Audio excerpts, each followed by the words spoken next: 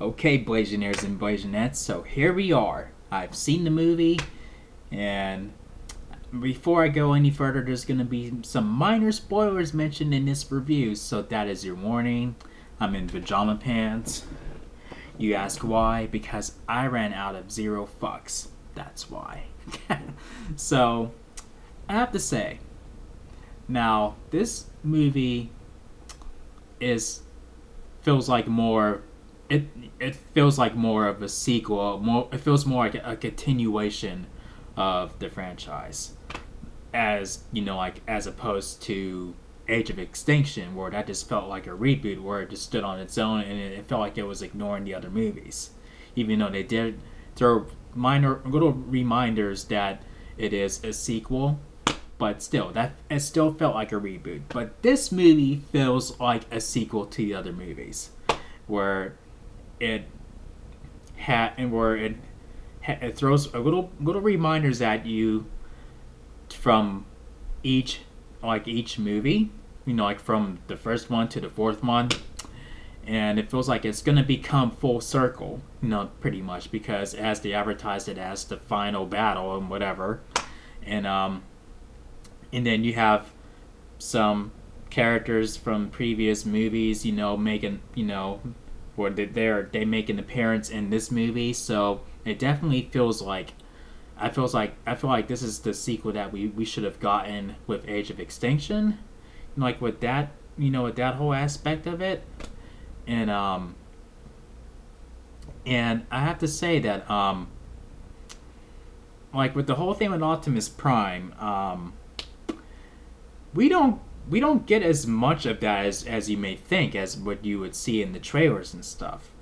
It's like we don't get that whole thing until like maybe near the third act of the movie, and we do see him briefly, like like in the beginning of the movie, like just for a brief moment, and then another brief moment, and then another brief moment, and then when he finally gets to Earth, and then and he's basically attacking, the Autobots and stuff like that. I mean, that happens like basically in the third act of the movie, and it doesn't go on as long as you may think it does either. I mean, like it kind of it just kind of ended sooner than I expected, honestly.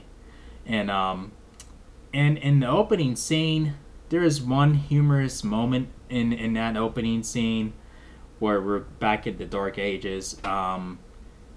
It felt pretty forced. I mean, in my opinion, like, okay, why did that happen? It didn't make it just didn't fit. It just didn't fit fit the tone of the flashback for me. I'm sorry, it really didn't. And here's another thing. King Ghidorah makes an appearance in this movie, and he is basically a Dinobot in the movie. Yeah, they have a Dinobot with as like a three-headed dragon. So yeah, King Ghidorah is in the movie. So hopefully they went to Toho and said, yeah, can we borrow one of your characters into this movie? We're gonna make him a Dinobot. Otherwise, then they deserve a big nasty lawsuit. But yeah, I mean, like I liked how they where they had a couple reminders of Sam Witwicky. Like there's a moment where when we see Mark Wahlberg's character, Cade, or whatever his name is, and the kids assume that he's Sam, and it's like, no, that's not me. and then there's like a little reminder, like where we get to Anthony Hopkins' character, and he sees all these things that are connected to the Transformers, and then we see a picture of Sam Witwicky with his Ladies Man 217 profile picture. So that was pretty cool. And there's even a moment like in the flashback in the opening scene, like where one of the characters says, "Without sacrifice, there can be no victory." And I'm thinking, okay, so he's a Witwicky. They never addressed that, but I'm thinking he has to be a Witwicky, and this would, I mean, Sam could have played a pretty good role in this, and yeah, I mean, like it's still not a perfect sequel, but it's still a much more acceptable Transformers sequel. You know, like I'll put it like that, and and also and with Megatron, the way they had him and their creator of the Transformers, you know, the way they mix them together with the story, I don't agree with. I mean, like, he's, you know, the way I think of Megatron, he's a tyrant who answers to nobody, you know, and basically nobody, like, basically he is his own, you know, his own, you know, his own commander, his own king, his own leader. He's basically a tyrant, and he seems to obey the creator. And I don't know. I mean, I just don't. I think that's a little bit out of character for him. I mean, I guess it fits better with this than it did with the Fallen. You know, like I mean, I'll say that much. But I don't know. But I mean, I would have liked a little bit more of Optimus Prime in the movie. I feel like I was slightly cheated, like when he finally does get to Earth, and then it all seems to wrap up, you know, like much faster, in the, you know, than it did when it was building up to that. And but I'll say that Kate's chemistry with what's her name, Vivian? I can't remember her name, but basically, you know, like his love interest in the movie, and she plays a, you know, a pretty pivotal role in the movie. They have better chemistry than Sam and Carly. I mean, like, I was definitely rooting for these two. Like, okay, come on, can you guys just go somewhere and have sex and just get it over with? I mean, the chemistry is there. The sexual tension is obviously there.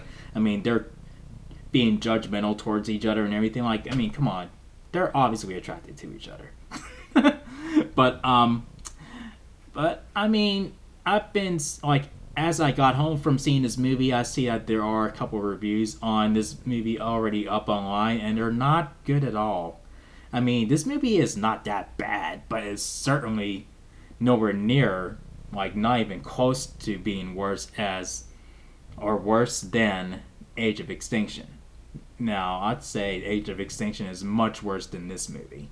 I mean, if you're a Transformers fan, I'd say you may have a much more fun time with this one as opposed to, like, storyline and it being an actual sequel to the other Transformers movies. But as far as wanting to see Optimus Prime and whatnot, you may not be really happy with this movie.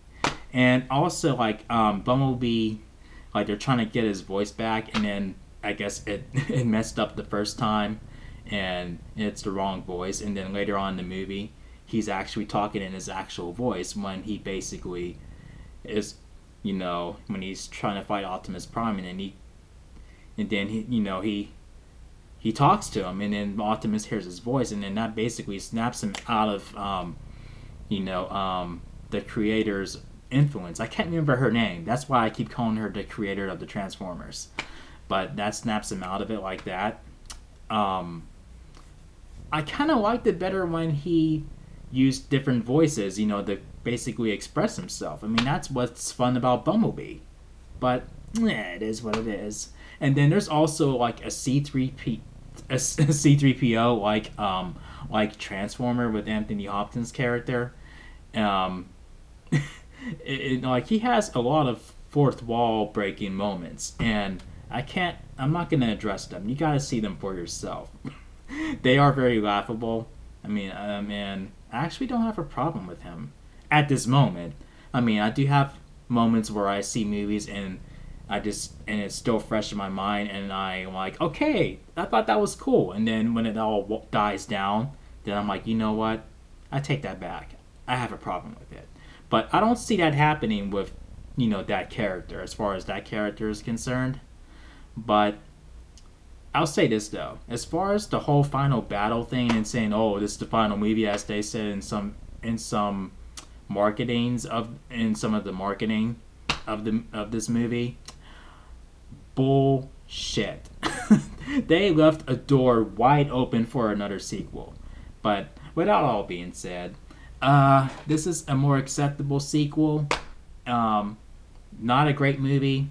I wouldn't call it movie of the summer. That title still that still belongs to Wonder Woman. So your move, Spider-Man: Homecoming. Your move. So with that all being said, this movie, Transformers: The Last Knight, gets 3.5 chair spins out of 5. So here we go.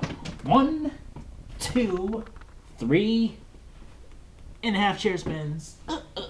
So I don't know. Feel free to tell me, your thoughts of the movie, and do you think it sucks? Do you think the bad reviews that it's getting right now? Do you agree with that, or do you think, or are you with me where it's not that bad, but it's not that great either? But it's a more acceptable sequel than Age of Extinction.